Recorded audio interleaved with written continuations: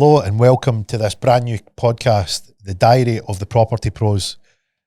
The purpose of this podcast is that there is a lot of information out there, and quite frankly, we're sick of seeing people being told the wrong thing. And when people have these issues, they end up at our door. And the reason that they end up at our door is the property industry is quite small, and it's very easy to find the who's who. And when you find out the people that are in the game, you realise pretty quickly that there is a road to that path that you want, that success, that big dream. Unfortunately, there is some information that's out there that's going to lead you astray. And we want to make sure that if you tune into this week in, week out, you're going to get the on-the-ground information from people that are in the game. And you can come along, it won't cost you anything. You can see firsthand what we're doing. We're going to tell you the highs, the lows, the pitfalls, the do's, the don'ts, and all the things in between. So we hope you enjoy. We're going to dive right in. We're going to cover all the topics from what a checklist looks like to what a real checklist should be. We're going to cover off some of the stories that we've heard, some of the predictions that were made and how they've played out. And we're going to give you the 4 players in the game where you can see what happens when you're starting with no money and no experience, and how you get to the point where you have lots of money and lots of experience and much, much more. So without further ado, let's dive right in.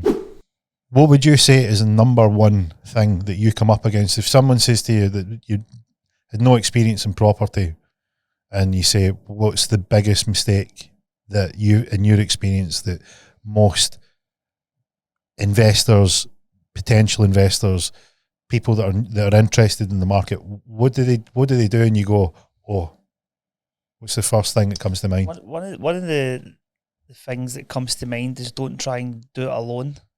There is a lot of kind of courses out there that you can go to and stuff like that, but some of them aren't obviously the best, as you know. So I would say get a good mentor who's been there and done it. Walk the walk and talk the talk. Now, see, when you say a mentor, like I see a lot of the stuff that's bandied about, like guru, expert and so on. And how would people know what a mentor is? Because I think a lot of people maybe think they've got someone like that. Yeah. But I mean, out of the people that are out there, I don't think all of them are what people think that they are. Yeah. Some people are luckier than others, I think. You know what it's like yourself. Well, I definitely know what it's like. When you try to get started out, you're online and you're searching, you're seeing other people going to different things and stuff like that. So you're just following along and you're hoping for the best, because you get sell the dream, don't you, a lot, which is a big thing. It's causing a lot of hassle nowadays. What do you think lures people in? Like, what do you think that they hear and they go, yeah? It's mental, isn't it? Because the word property, isn't it? It's everybody wants to get into property. I think it's easy. You see all these people making good money, jumping about in nice cars and stuff like that. So I think that's why people want to get involved in it. And then, as you know and I know, it's not as easy as people make it out to be. Mm-hmm. Well, I think when thinking back in my life, I remember, I'm sure everybody will have the point in time where they came across this idea that property might be something that you should put some attention towards, because it might be a great way to set up your life. Very first time that I came across it was, I was always really lucky to work with guys that were older than me. So again, I don't know if it was just circumstance or luck, but I was highly driven. And it meant that if you were highly driven, I would end up in jobs that you needed to get 20 years experience in, and I was there in 6 months, 12 months. And what it meant was that my drive was matching guys that were 20 years further down the road than me. I just didn't have the experience. I didn't have the knowledge. But what I did is I had the determination, the work ethic, the drive, the willpower. So it would appeal to people who needed that kind of driven mentality, and they would take the chance with somebody that was younger, but it put me in a place where I was around guys that were 20 years further down the road than me. And what would happen is you would think the guys that were in their 30s and 40s, Like, they would have their life sorted out. Naive as a 17, 18-year-old guy, you know what it's like when you think when you're young, you're like, probably when you're 40, you've got it all figured out. You've got the car, you've got the house, you know, you've got your family. You've probably got yourself dialed in. That's what you think when you're that age. What happens is when you get thrown into the mix with a lot of guys that are that age, you realise that they're not all the same. Yeah. So there's some guys that are still scraping about. You know the type. They get the money on the Friday. They've got no money on the Monday because they've the Sunday. you know, they blittered it over the weekend. Yeah. They've spent it all. And then you get other guys who, you know, middle of the road. You know the type. They usually say things like, anything for an easy life. They're middle of the road, right? They've not quite went all out. They've not, on the other hand, they've not smashed all their money over the course of a weekend. But you had people that were really, there was a small number of them that were exceptionally dialed in. Yeah. So what you would see is this thing where, when I was in, this was my first sort of sales job, you were speaking to customers and you would literally speak to the local JK alcoholic junkie all the way through to CEOs and the who's who of business people. So you, very, very quickly, and especially at that age, I was able to work out that there was differences between people. And because I didn't have the 20 years of, habits or misconceptions, that was new, but I was experiencing all these different types of people. And when you see these people, you could tell who had money. Yeah. And the common theme, whether they were a business person or they were the best salesperson or they were a CEO or they were the who's who and whatever that they did, there was a common theme with them all. And because I was asking them particular details about setting up a contract for them, I would find out that a lot of them were involved in property. Yeah. And it was a common theme. That was the first time I heard it, and I thought, this sounds like Monopoly. Yeah, definitely. The people that are getting ahead, they have the houses. They, you know, the greenhouses, the red hotels. I'm like, there's something in this, because it was what's the common denominator with them all, and it was they either, you know, nearly all of them owned their own house, and they maybe owned the premises of their business. They maybe owned some properties that they let out. Yeah. There was always some sort of theme that involved property. Yeah. And that was the first time that I came in. I reckon I was 17 when that became really clear to me. Yeah. There's a catch for the name property out there, I think, for the younger generation, young people. It's just coming up through the ranks and they want to go to all the kind of courses and stuff like that. It's just that name property investing. Something I want to do. I want to get into property. That's what I was like when I was just getting started. Always wanted to get into property, and I don't know what it is. It's just that name. So it's hard to put your head on top of it to say, right, why property? Why does people want to get into property? Well, I think what happens is, first of all, the first thing that happens is people see that it's a great, like, people have been very, very successful in it, right? Cars, houses. So that's great. That's the things that come with it, right? But here's the thing that I think is really, really big for property, right? So if I was to say to you to take a cross-constituent spread trade, running a long-short portfolio on a trading strategy, you would go, what are you talking about? Or if I said to you, why don't you use a CFD and cover your downside risk with an option? You would be like, I don't know what any of that means, right? So that is describing a method of protecting yourself, using your money to then get a result, and then hedging out your risk. Yeah. None of it is tangible, right? So if you're new, you don't understand trading instruments, or you don't understand long short portfolios, you don't understand hedge funds, and you don't understand the whole jargon that's out there, you'll be like, I don't know. Yeah. But what people do know, they know property, right? Most people live in one. Yeah. Right? It's got walls, it's got a roof, got a door and windows. Can't be that hard. You pay for it some way, whether you've got a mortgage, you rent it out, right? So it's it's tangible. It's not like some like spooky instrument. You're like, ooh, I don't know what that is. Yeah. It's not particularly complex, and it's fairly easy to work out. Yeah. So I think that's the first bit. People think, right, buy a property, rent it out, make money, and that's it. They don't know all the other parts in between it.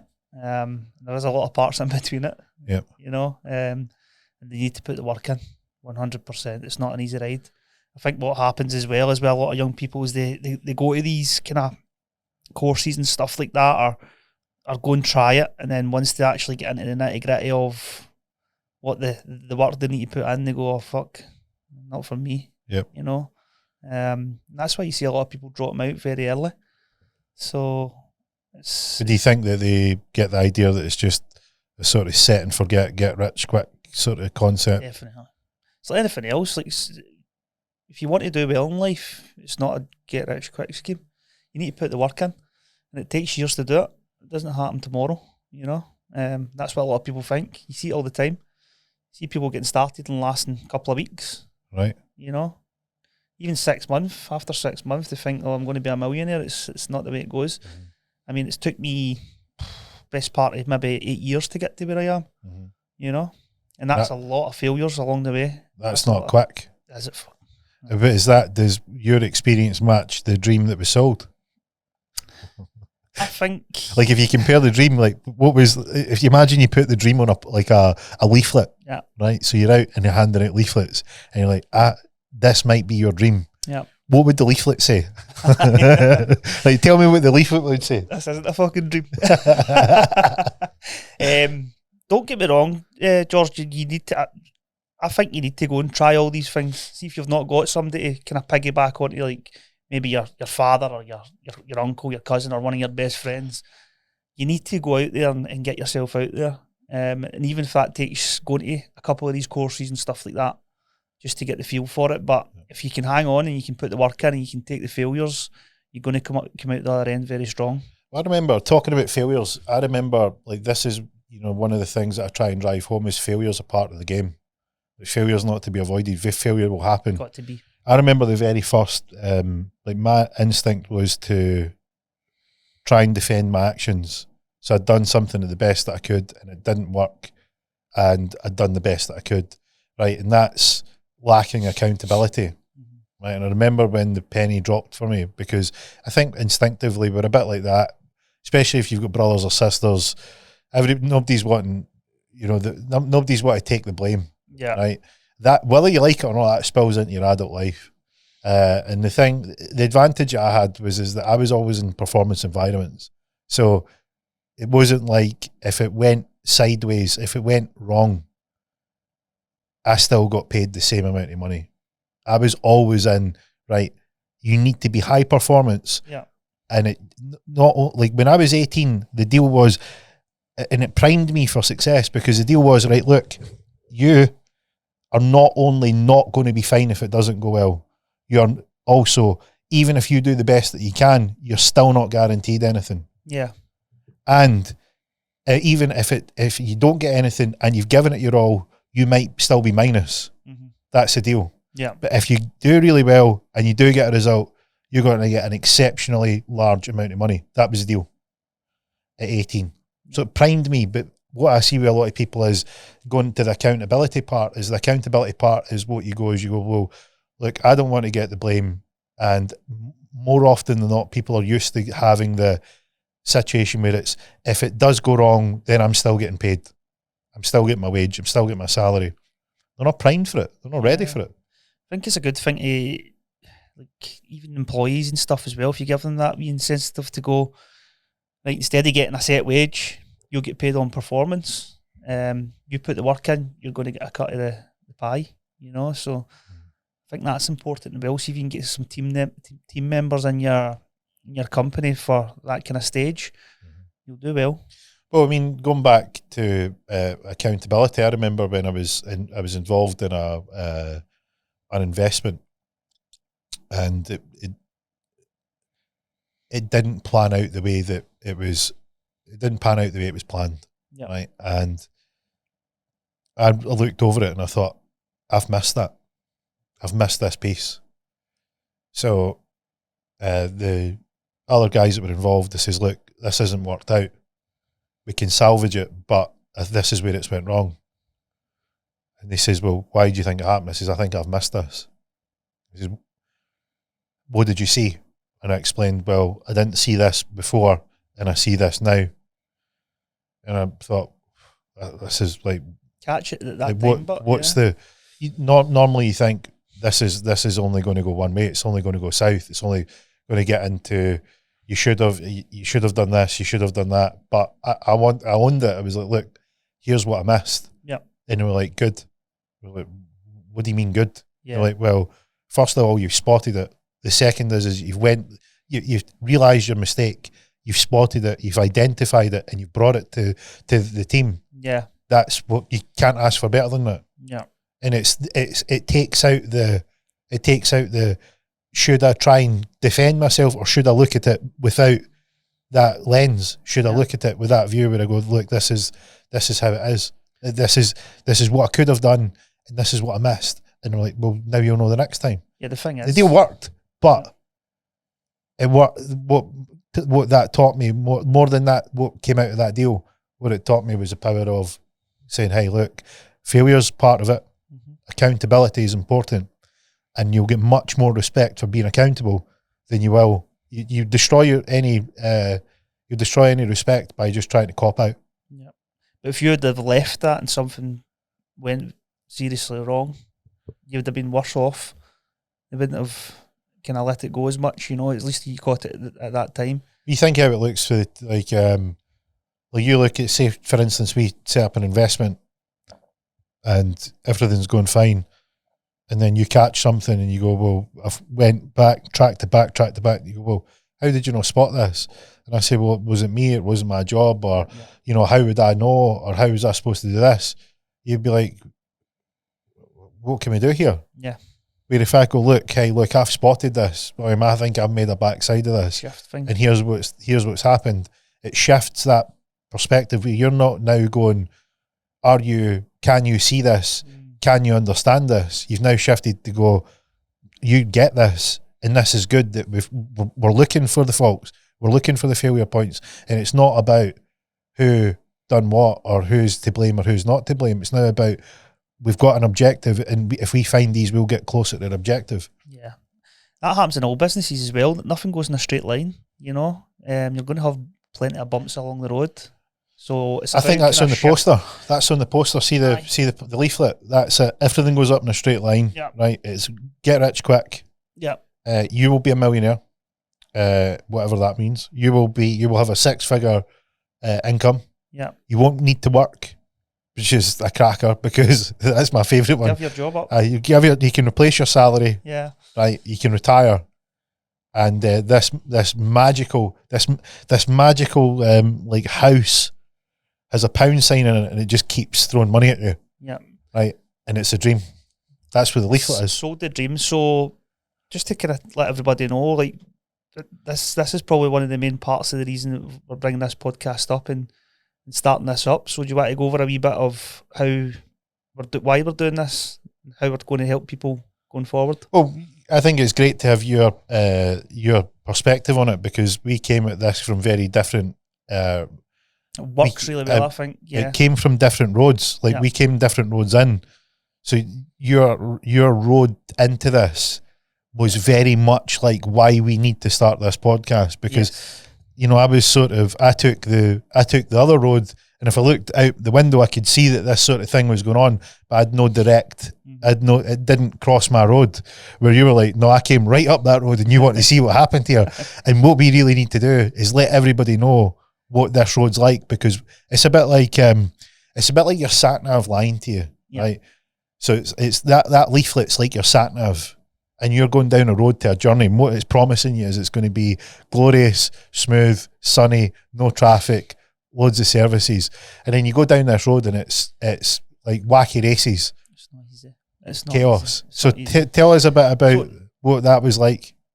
So I want to get your perspective on it as well, because you have seen what's happened to me from start to finish. You've been there with me along the road. You've helped me at some parts. You've not helped me at others. You've probably let me fail a lot. Mm-hmm. So from me kind of starting off, obviously I was in the game before I met you. But when I met you, obviously started a new journey, went through the bumpy road, done well, hit rock bottom again, done well, and now we're on the upwards now. So what's your perspective on it? How did you see how I dealt with things like through that road? Be good to see. Initially, it was complete and unmitigated fucking chaos. Yes. It was complete chaos. So this is why this works well between me and you, this podcast. What it looked like for me, from my perspective, is that your calibration of how things should have been was twofold, right?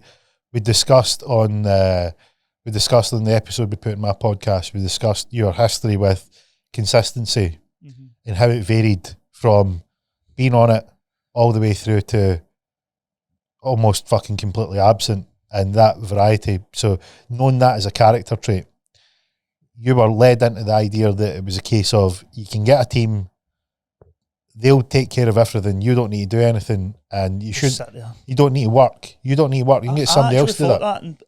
In my journey, I'm like, that was a real thing. This isn't a kid-on thing, by the way. That was a real thing. I know. So was there ever a point in my journey that you says he's not going to make this? Yep. Were you very surprised? There was two really, really specific points, and they were like, this is make or break. Like this is a coin toss. Yeah. This is a flip of a coin. Surprised? I was surprised.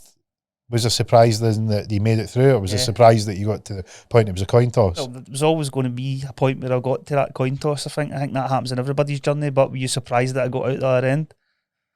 No. Well, I think I was surprised that you came out of it relatively unscathed. I thought that you were going to get, I thought you were, it seemed that you were faced with a decision that you either had to change. You had to change two particular things, right? Two particular things that you had to change was, first of all, how you thought this thing worked, right? So you were sold the dream. You'd looked at the leaflet and it looked like, right, I should be a millionaire. I should have this salary. Everybody else does the work. You build a team. They do the work. Yeah. I should be on a beach. I shouldn't be doing anything, right? And this was your checklist, what you were doing. And what it was actually happening was, you needed to check everybody. You needed to make sure everything was, you needed to go through all the particulars. You needed to back test, make sure that it was still working. And it was like, these checklists didn't match up. And I'm like, this is fucking chaos, right? And this was what was happening. And I think it was primarily driven with when we talk about the missold dream, right? Your dream is told that is this way, and what it actually is this way.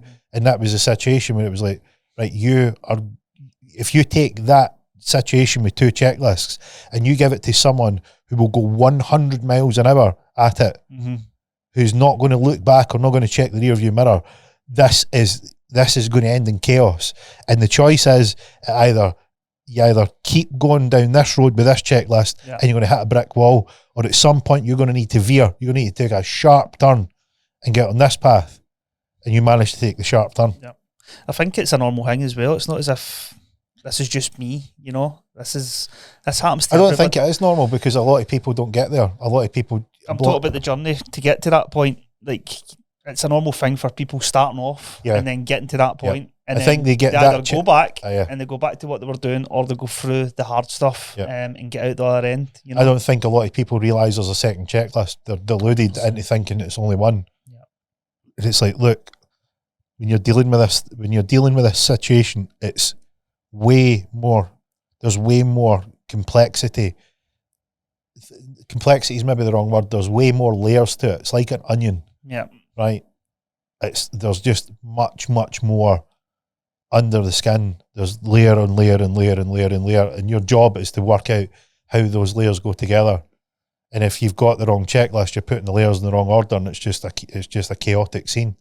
If you put the work in and you get out the other end, that's where the good times come. Obviously you need to keep putting the work in, but if you manage to make it getting out the other end, you've struck gold.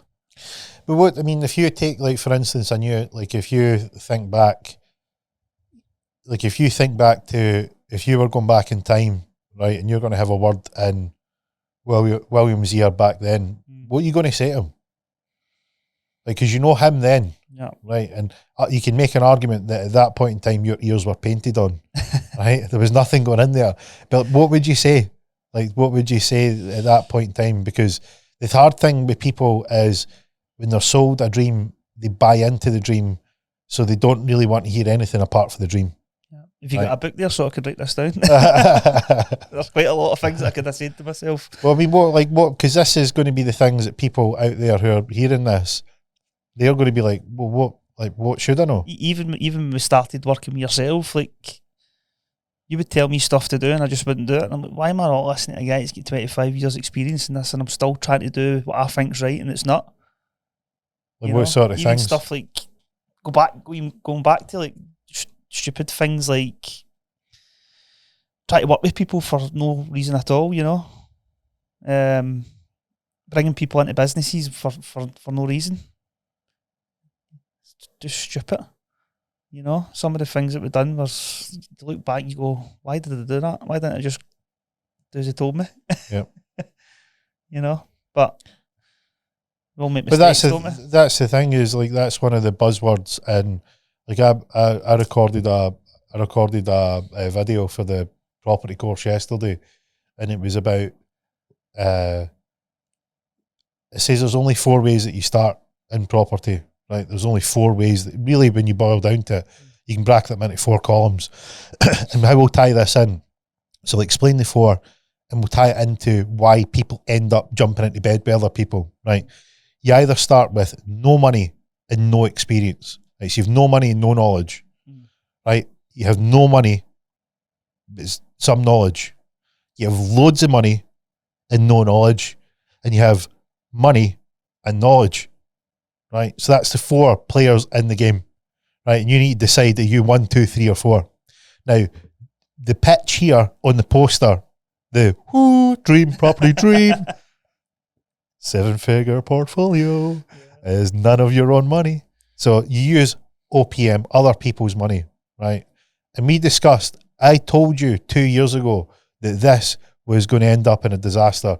And before we came and started recording, we have just discussed the exact disaster that I'd predicted 2 years ago. Now, here's what happens.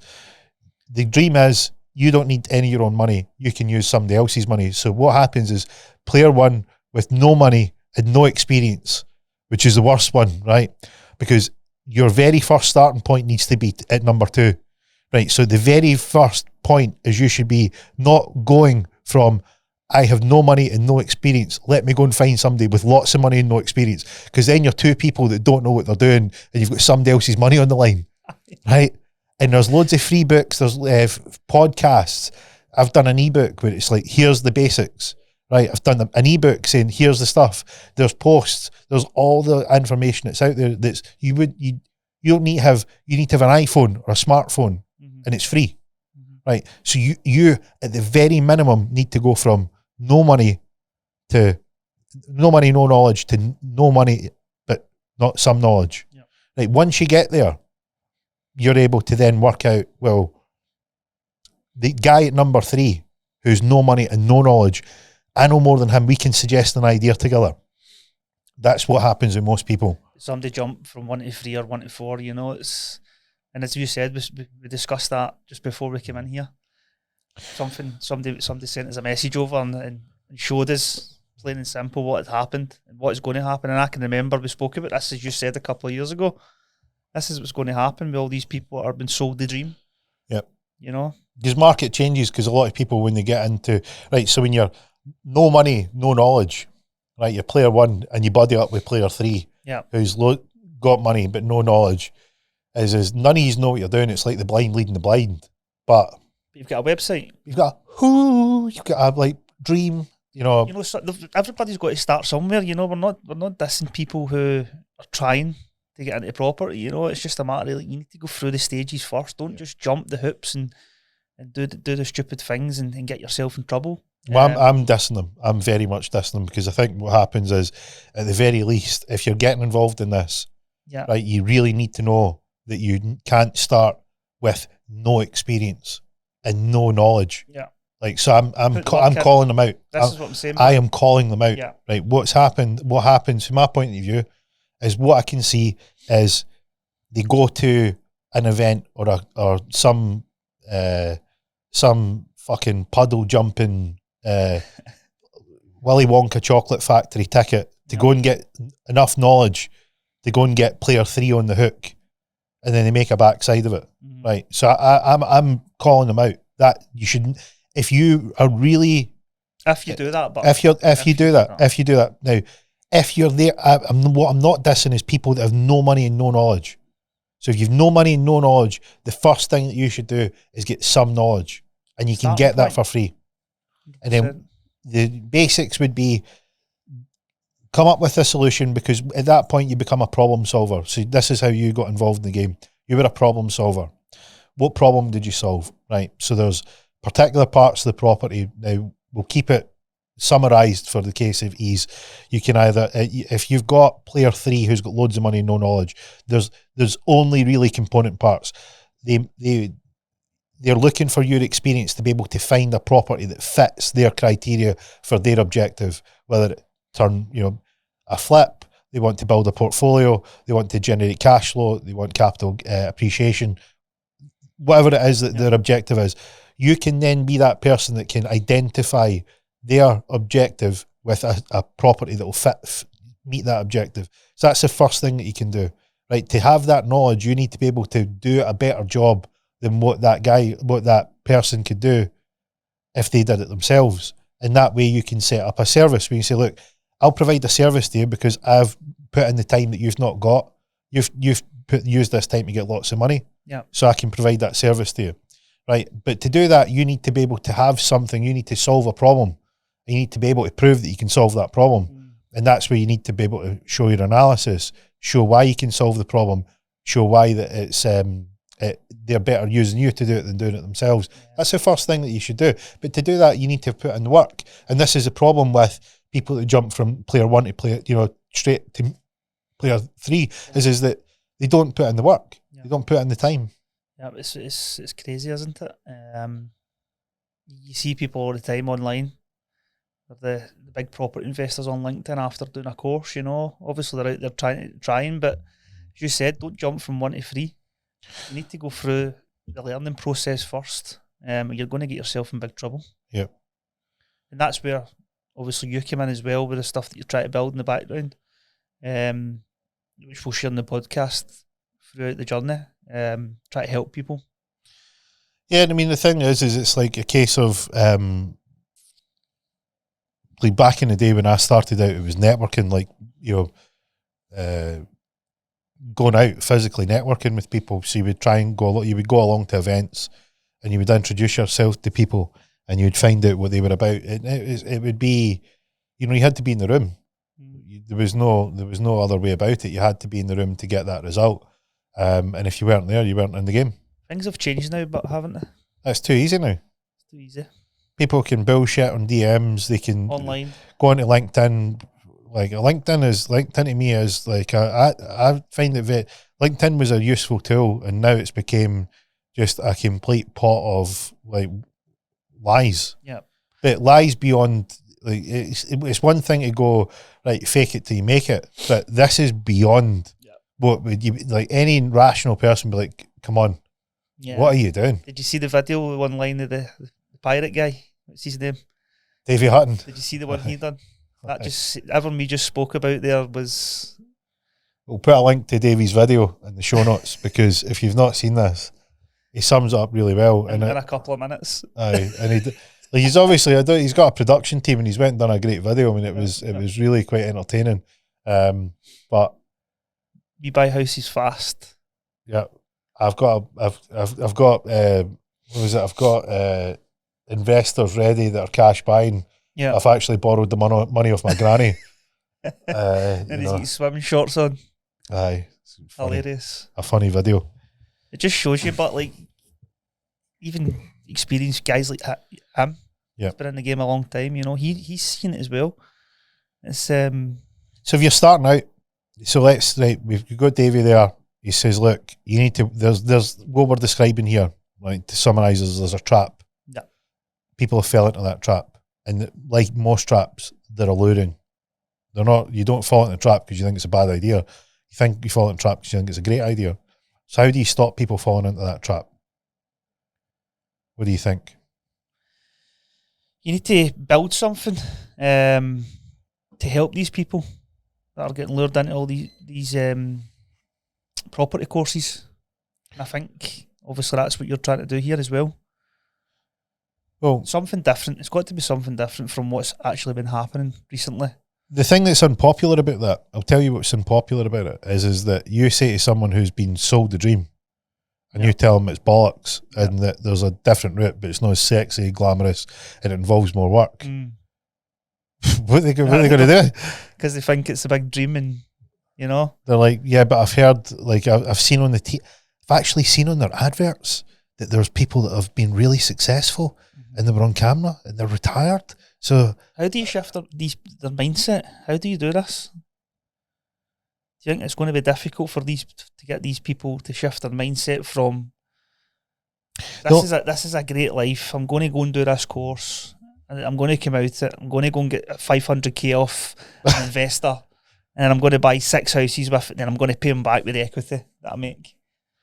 But how can you shift the mindset of these people that have been through and already spent maybe 4, 5, 6k on courses to come and then actually say, right, this is what you actually need to do. This is the work you need to put in. Right. I think it's quite easy. Yeah. Yep. Right. First of all, every single thing is culture. So if you can develop a culture of, right, there's no story here, there's no BS, this is unfiltered truth. Yeah. Right. If you stay the course, this is the results. Right. We can show them the results. It isn't the checklist. It isn't the dream on your leaflet that you've been sold. It looks different to that. Now, if you're prepared to do the work, you can get to the end. You can get the result. Like what's been described on that one, you can get that one, but the road that you need to take is very different. Very bumpy. What do you need? When you start out in property, it's a lonely venture, right? Because unless you're in a family of property professionals, you're not going to sit down at the dinner table and discuss what your plans are, because it's going to be lost in people. So it's lonely. So the first thing is, where can you go when you need to have people that are in the same game as you? Like, for instance, if you're a joiner and you work with another joiner, you can talk shop. Same if you're in an office and you carry out office work, you can talk shop, right? If you're, a bricklayer, you can talk bricks until the cows come home, right? But if you are a property, your aspirations to be a property investor, who do you talk to? Very lonely. It's very lonely. Yeah. So that's when you need to find people that are like you. Ideally, what you want is you want to have someone who's walked the path. They've made the journey. They've completed the road. Because then you'll know. Yeah. And just like we alluded to LinkedIn, if you look on LinkedIn, there is many, many people that portray that they've walked that road. Entrepreneurs. Yeah, entrepreneurs, property, buyers, property developers, and so on. And they, on the surface, look like they are exactly what you need. But in reality, when you start looking behind the scenes, they've not actually done anything. They've not, if you said like, what's the path, they would go, I don't know. Because they don't know, and you're only usually 1 or 2 questions away from unraveling that it's a completely fake it till you make it, and they're actually in the bus stop on the very start of the journey next to you. But they're just projecting that they've completed the task. Yeah, definitely. You want to tell people a little bit how you're trying to kind of help these people as well, and what you're trying to do? Yeah, I mean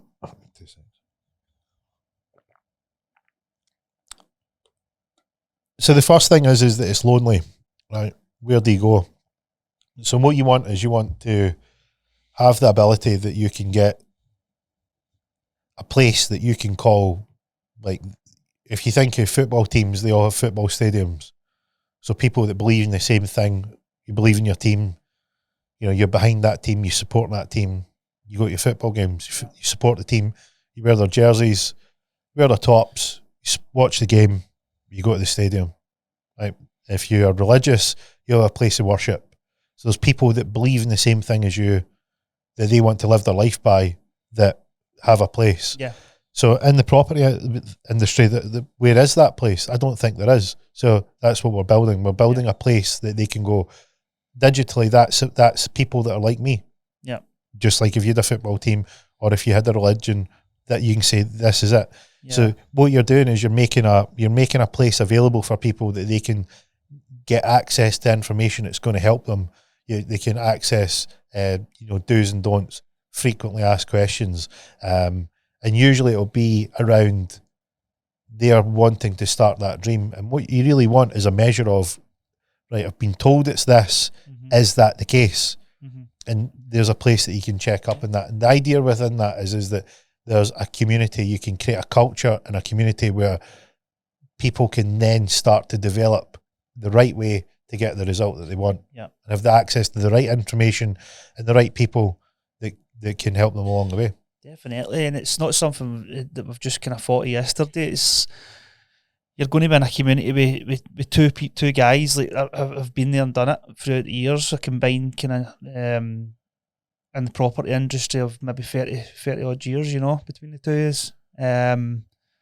And people who have actually done it, like I've been through it all. I've been up and down. I've had nothing. I've had something.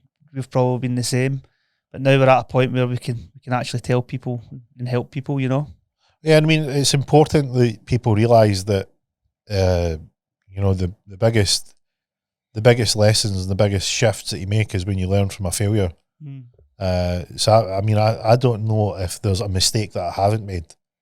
It's helped you, but hasn't? Yeah, and like for instance, one of the things that I've done a video teaching people the importance of being able to forecast, and it's probably the most difficult thing to do. So forecast what's likely to happen next. Right, and you've seen that firsthand, what that's like. Now, it is. That's why I piggyback. You're good there. When you think of like the things that you've heard, like, and it's usually I'm telling you the opposite of what's going on. Something? It's really, really helped me and the business. See, having you kind of in the background, looking down on things and seeing what's ahead, instead of just living day by day and hoping for the best. And in the community that you're trying to build. You're going to have yourself there helping people with that kind of stuff, Well, like say for instance, like here's the idea, right? Here's the concept. Say you're starting out, right? Say you're player one, right? Player one, if you remember, is you're starting out in property. You've got no money and no knowledge, right? Listening to this podcast and following what we're saying is going to give you some knowledge, and it's going to point you in the right direction. So if you've got literally not a penny, you can listen to a podcast as long as you've got an iPhone or a smartphone. You can go to the local library and get books. I remember going to the library and getting I remember asking if they'd Rich Dad, Poor Dad. Yeah. So you can get a book for free. Your library card, you can go into the library and read a book. Yeah. Right. So you can get to number 2. There's basics that you can learn that you don't need any money for. And if you want to, generally what happens if you become driven by your goal, if you're really, really committed, you will then start to sacrifice the things that you waste in your life. So you're not going to waste the money.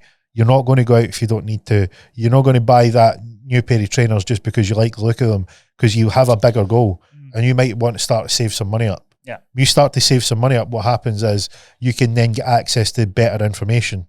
Like, so say in our community, you come in and you're like, well, here's you can pay a subscription, you get access to what's going on in the market, behind the scenes content, questions and answers from people that are just like you at different parts of the road. You can get access to all that. You can get access to suites of documents that help point you in the right way. You've went from literally from having no money and no skills or experience, and you are literally running up the ramp, not through I've went on LinkedIn, I've said that I'm like, grand master of all properties and everything in the universe, and I own 50 houses in Saturn. You're actually getting real information. Within there, we're going to have, some updates in terms of what's going on in the market, what's coming up next, what you should consider. But then when you get to that point, you might actually want to do, because this is the thing, we go back to the 4 players, you might have some money now. You have some money like player 3, and you might want to buy a course. You say, look, can you show me what you know? Because I want to give this a crack myself. And then what happens is player 2 is now rapidly climbing up the knowledge model, but player 3 is maybe buying a course to go, well, I want to understand better what I'm doing. They can purchase a course, it might be much higher ticket, but they might inevitably end up back at player 2 because player 2 is actually putting more hours into this and has more knowledge than them. Yeah. But they knew that because they've went and done the course. Yeah, what's the course? And it covers off every one of them. Like every player, whether you're player 4 or player 1, it's like, here's how to do it.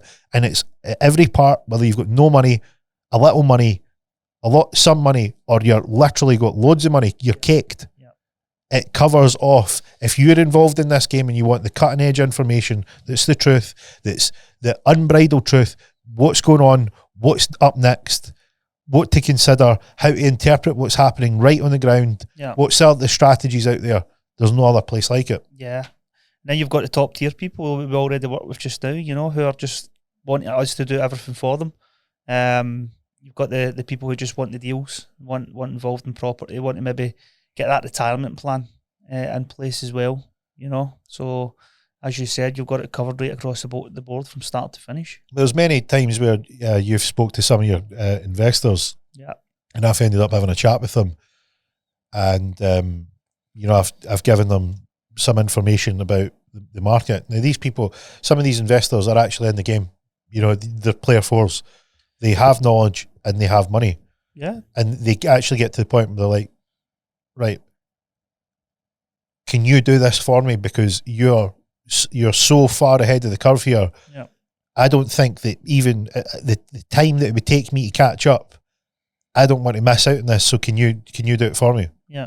And that's the goal where you want to get to, because you want to be player 4, and you want to be the play. If there's other player 4s out, you want to be the one that they come to, because they go, they know what they're doing. Yeah, it's mental saying that, because I've had investors who are in the game, have been in the game a long time, coming to us for deals because of the deals that we can do, you know, and the experience we've got in the markets. Just to give you an idea, one person had a substantial portfolio of properties already that does similar to what we do. Had a management company as well, sold that, made a good bit of money off it, and then came to us to find them deals. So it just shows you the shift from people with no knowledge to people with knowledge who still want to come and work with. Yeah, you know. There's even been people that when I started out, I'd have considered them people to look up to, and now like it's role reversal where they're like, well, you know, you didn't seem to stop learning, so can you do something with these properties? Yeah, because it's that ability. Like when you start to invest, and you invest in other things other than properties, you get a much wider view of the investment landscape. You can understand that you need to pivot, and there's things that influence the property market that if you solely look at the property market, you won't see the shift coming or the change. But you need to pay attention to things that are outside the property market that will change the property market, but you need to have your eyes on other things to get that heads up. Yeah. And that's the thing where you've seen that over the piece where I've said, look, you're looking at the property bubble like this. You're looking at that industry and you're going, this is all gravy. This is great, good times. This is really good. And I'm like, hey, well, I'm looking over here because I've got an investment over here. Yeah. And I think we need to pivot. And you're like, you've lost your mind. Like, have you seen in here? I'm like, yeah, just watch this. And it's like, imagine that this is the bubble, right? This is the property bubble, and it sits on a pond, and someone's threw a pebble over this side and hit that, and it lands and this ripples. And I'm like, I've seen the ripple and it's coming soon. And you're like, nah. And then I've said, look, shift, and you've shifted, and what happens is the ripple doesn't affect you. Yeah, definitely. And that's the way to describe what it is. But this is what I mean about forecasting. Forecasting's tricky. So being able to forecast well and get the timing right is something that even being part of the community for that reason alone is just going to set you. It's going to get. It's like having a weather warning, right? I've been in parts of the world where, like, I've seen the on the TV, and it's like, there's like a hurricane coming in. Yeah, sure, it looks fine, and then like 30 minutes later, there's sun loungers getting blown across the beach. You're like, probably better get out of here. Yeah, but we were up the hill as well, and we were just beautiful, sunny weather, and then that storm came in, the snow and all that. Oh shit! Myself and Big Mikey, who's a regular on my podcast, he said to me, he's like, "Do you fancy doing it?" He's like, "He wants to bag his first Monroe." I says, good. He says, Ben Lomond's a good one. I says, because it's something that I think its name's been used the most out of all the Monroes, and I think you can take credit for that. Ben Lomond. There's been every hill that's got a peak is Ben Lomond, mate. And I said to Big Mikey, so that's a good one to do. Even from Ayrshire. I know. You can see Ben Lomond for Blackpool. So I'd said to Mikey, I says, here's I says, we were up there in January one year, and I sent him the pictures, and he was looking through the pictures. He's like, how many of them did you do? I was like, Mikey, that's the same day, and it's one with no snow, one in the sunshine, one sunshine and snow, one with snow and clouds, one with the snow and hailstones, one with the snow and the snowstorm, one with the frost on her eyelashes, and then back to the sun. And I says, that's all the same day. He's like, there's no way. I'm like, that's probably in a 5-hour period we've taken the pictures.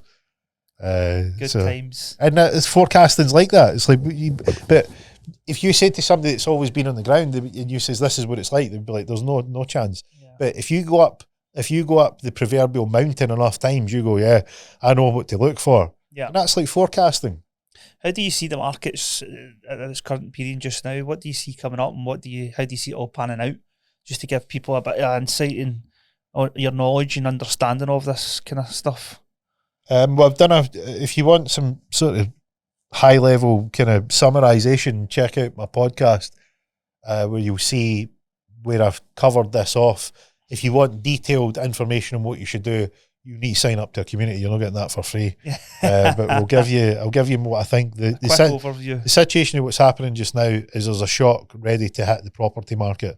And that shock is predominantly driven by asset speculation, ultra low interest rates, and then that interest rate massively shifting. So what does that mean in real terms? What it means in real terms is you could have one of the guys that helped get some properties. He did his mortgage renewal just the other day. He says his mortgage before was £69 on interest only, and his mortgage renewal went up to £210. So it's 3 times. His is 750 quid. So it takes us for one repair to knock that out. Yeah. So like for instance, if he gets a boiler repair, that's him upside down. Yeah. But that's actually not a bad deal. Like a traditional buy-to-let deal would be something like your mortgage was 300 quid and your rent's 500 quid. Now if you take just that 70 to 210 is 3 times. So his mortgage interest payment has went up 300%. It's 3 times what it was. So if you take that on a £300 a month interest payment, so somebody goes and they buy a property they think's great. They then think, well, £200 is good money, and then the mortgage renewal comes in, and that mortgage payment has went from 300, multiply it by 3, it's 900, and the rent is 500. Now they're not just a wee bit out, they're massively out. So what's the choice? You either front £400 of your own money, right? Remember, you bought it to give you and put money in your pocket. Now you're putting money out your pocket, and any repairs are on you to pay, or you need to sell it. But everyone is in the same boat because the interest rates will all come to an end within a bracket of time. So what you're going to have is a wave of people that are needing to sell their properties, but they are expecting this price. And then the supply and demand dynamics is that if there's lots of supply, then you need to sell it cheap. Just think of like if you're buying a car. If you're buying a car and there's 100 people wanting one car, then it's top bidder wins. That's what it was like before. Now what happens is the reverse is happening. Now there's 100 cars and only one buyer. Yeah. So now everybody's trying to sell it at the lowest price possible. Yeah. But because people have a mortgage on their house, there's a limit to how low that they can sell. And then what happens is that was then when repossession starts, properties get handed back to the bank, they're sold at auction, and it's just a fire sale, and that then affects properties another way. You've seen it all before, you know, you've been there 2008 when it all happened. What do you think is coming up? Do you think it's worse or are going to be the same as 2008? What do you think? Well, the dynamics are slightly different. So in 2008 interest rates were it was the reverse in terms of interest rates. So in 2005, 2006, 2007, interest rates were sort of around the 5% mark. You know, 5.5%, 6%. What they are just now? Yeah, so they were normal, right? And then what had happened was lots of the banks got greedy and they lent money to people that would have never been able to repay the mortgages. But what happened was it fueled speculation in the property market. Just the same, the supply was the same amount, but the availability, the amount of buyers that could enter had increased because banks were lending. You probably heard the subprime lending. So what it meant was that it fueled speculation. Banks were making fees on how much they lent. So they were like, yeah, let's keep lending because we can get all these fees. But then eventually it's like House of Jenga, it rolls over. So the governments and central banks around the world decided to what do we do if this whole market implodes? We can't just write everything off. What we can do is we can bring the cost of how much that borrowing is down. Yeah. So they did that, and now interest rates were artificially low. So it meant that people that had a big mortgage were then paying a much lower amount. So it was like, right, the property prices are still high, right? The mortgage is still high, but I can afford it, so they can weather the storm. Now, for the last decade, what's happened is people have got, it's like a drug dealer going round to a house in a state and being like, right, I'm going to sell you all this amazing drug that you'll give you a great high, but you'll get it's highly addictive for like a pound, right? So he's selling it at £1, and that was what interest rates were like. Well, right, yeah, you've all paid this top money, but if I make it really cheap, so they keep doing it. And what you've seen over the past number of years, everybody's got 2 Range Rovers, everybody's got 2 French Bulldogs. One of them's definitely called Luna. We've got there's 2 of them with a 6-bedroom house and a 4-bedroom, 4 en-suites. What do you need that size of house for? Yeah. And it's just fueled this speculation, and that's been driven because they'll go to the bank and they'll say, I want to borrow, how much can I borrow? And the interest rate part is really cheap, like the drug dealer. Here, this is cheap. And then what happens? Everybody gets hooked. Yeah. And then the dealer is where we're going to ramp up prices once everybody's hooked on it. That's what's happened, is everybody has got used to this really low interest rate. Interest rates haven't went parabolically high. They've just went back to normal. Yeah. And that's what people don't get. Everybody's been getting it far too easy. If you've been invested, if you were in the market back then, now you've got 2 situations, Smyth. Yeah. Let me tell you what the 2 situations are. The people that didn't sell for 07, 08, who have been riding the storm, are still in the situation where they can't sell because the prices haven't doubled from that point in time. Yeah. And you've got this huge new wave of people that are addicted for the really cheap money that have fueled the speculation. Yeah. Right? So it's not risen, it went down and then it's went back up. And that wave looks like this. And that situation now is, there's a dual effect. That's why it's going to be bigger than 08. Is it? Yeah. Because you've got the portfolios and all the people that didn't get out the game, who only survived because it was a low interest rate. They're now back on the hook. And you've got all the people who have taken the really low interest rate that don't know what it's like, that's going back on the high interest rate. Now you've got two bombs ready to blow. All these people, like you used to hear it all the time, if I can get £250 positive cash flow a month, I'll be sound at the low interest rates. How are they people going to be affected, you know? If that was their kind of top line, if they were getting that £250 a month from a buy-to-let, they're knackered. Yep.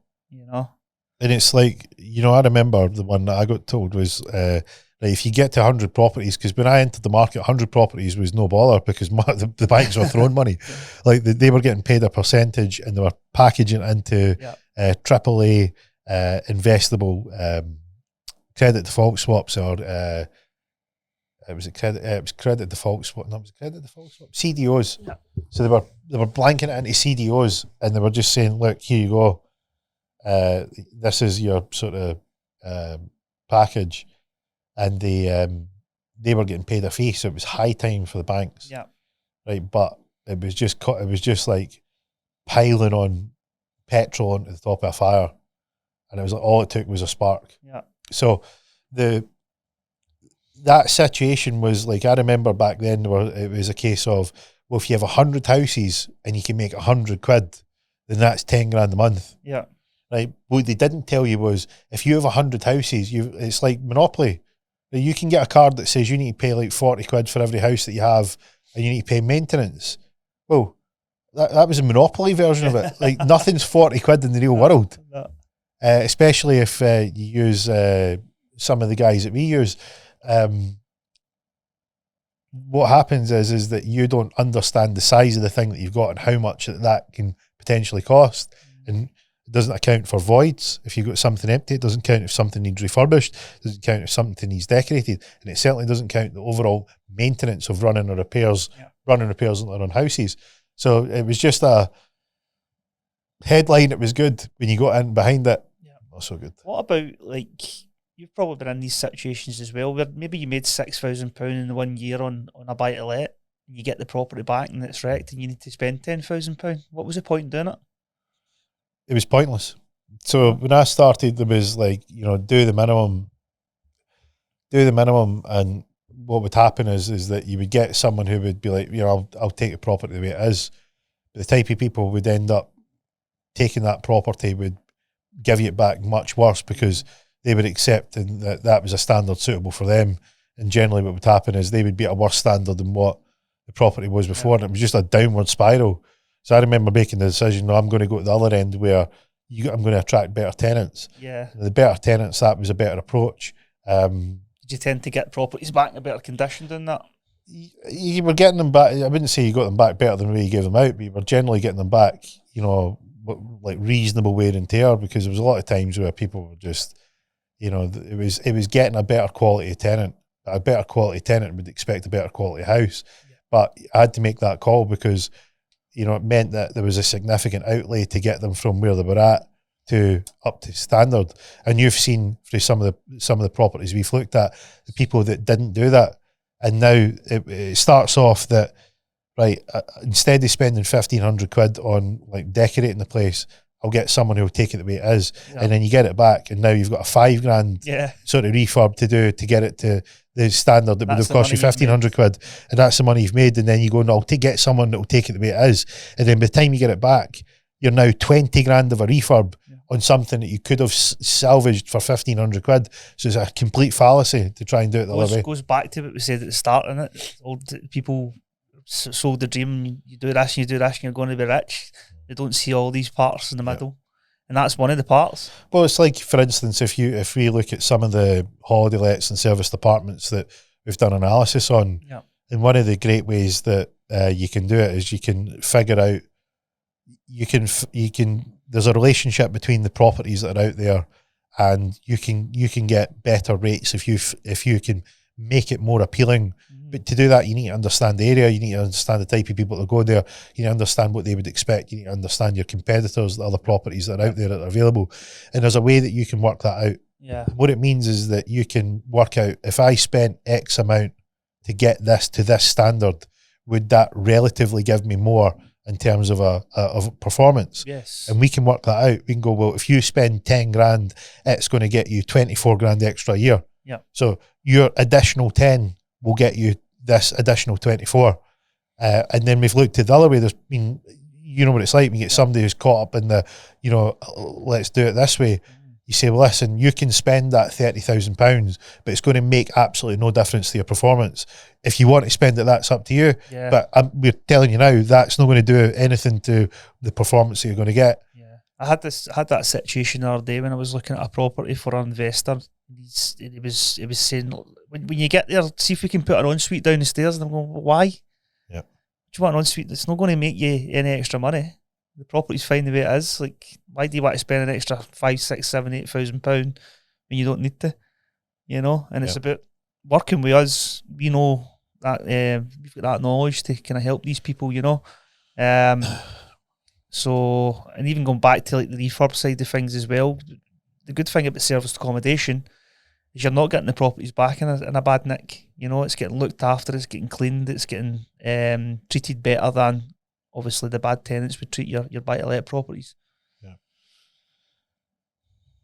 I mean, this is the thing. The goal here is to dispel the myths, explain the realities of what is involved, and also point out that if you're prepared to face these realities, that you can actually get the result that you're looking for. Yeah, it's really important that we drive that home, that the result's available, but it's going to take more than what you've been told. And if there's an expression, there's a quote that I had in my office wall for years, and it's now burned into my mind. And that quote was by Henry Ford. It says, there was two quotes, which was hang around with better people because their habits will rub off on you. And the second was whether you think you are right, whether you think you can do something or whether you think you can't, you're right. So it's about belief. But belief, if you combine those two, if you hang around with the better people that are in the game, that are the right people, and you have belief, you've unlocked pretty much the majority of what you need to get started. All that needs to be applied is hard work. Yeah, definitely. You need to put the work in, man. And whether you're player 1 and you want to get to player 4 all the way throughout, the plan is to build this culture within the property community. We say, look, let me know what's going on. I want to keep on top of stuff. We've got this ability technologically where we can get out to a huge group of people. We can be involved. We can be active. They can plug into that on the ground, real time experience, knowledge, that they can get the most out of themselves. They're gaining the wisdom. They're gaining the skill set. They're seeing things. They're looking at things the way they need to see them, and that cumulatively will build up and help them go from player 1, player 2, player 4, until they're exactly where they want to be. Yeah, we're doing this on a daily basis at the moment. You know, we're walking the walk, talking the talk, as you say. You can watch what we're actually doing. Yeah, and I mean, like, for instance, my wife said, like, people often say to me, like, how do you fit all this in? I'm like, right, see if you get to the point where you're doing something that you love, right, and you are highly committed to it, and you are accountable to learning all the time, it's going to seem, the things that are exceptionally hard are become really easy to you. And there's going to be people that can't fathom how you can do it. And this is where you want to get, where you're so in the zone, you're so in the flow, that the things that would appear hard are easy. And that's where you want to be. And it's about helping people that want to get there. How do they get up to speed? And not just like not just high ticket, you know, we need, you know, we'll not talk to you unless you've got £500,000. It's we remember what it was like when we started. We know, right? So there's a piece for you here. Come listen to the podcast. If you want to get in the game, get better information, and you want to support us, then buy the membership. Come into the community and buy the membership. Be in the game. You're paying that money, and that's your commitment to you. That's you supporting us, right? And you're in the game. And what you're going to get is value that is incomprehensible, because you're not going to get that from an Audible book. You're not going to get that from a book that you would buy. You're not going to get that from a seminar that you do. You're going to constantly be in a perpetual state of evolution, showing people how it's done. And then if you're number 4 out there and you've got cash and you want the best of the best to get the most out of your money, then get the guys that are on the ground. Get the guys that have done the if you go back through my videos where I've actually went out in a timestamp video and forecasted what's going to happen. I've made the statement, here's what I think is going to happen, and it's played out. Right. And it's not been a fluke, because there's many videos that are in there. There'll be a playlist in the community where you can come along, you can check ad-free videos where I say, here was a prediction, here's when it happened. Here's a prediction, here's when it happened. That's what you're getting. I've seen it. You've seen it firsthand. Seen it. And look at what it's done for you. Definitely. I mean, I could have stayed on that path I was on, but made that quick shift, and it's definitely helped. 100%. Good. Well, is there anything else that you think we should add for this week's episode? I think that's enough for the first one. So I hope you enjoyed this episode of Diary of the Property Pros. We covered off quite a bit in there, and we'll be looking forward to seeing your feedback. You can follow us on all our social media channels. The handles will be under in the show notes. If you've got any comments, any topics that you'd like us to cover in the upcoming episodes, please get in touch. There'll be an email box so you can send them in directly. But hit us up in socials, share them around, get them on all your stories, and let us know. Tell us your disasters, tell us your tales. If you've won big, let us know. If it's went awry for you, great. We want to hear about it, because the more you tell us, the more information that we can give you. So stand by, tune in for more information, and follow us for some more. But that's us from this week for this week's episode of the Diary of the Property Pros.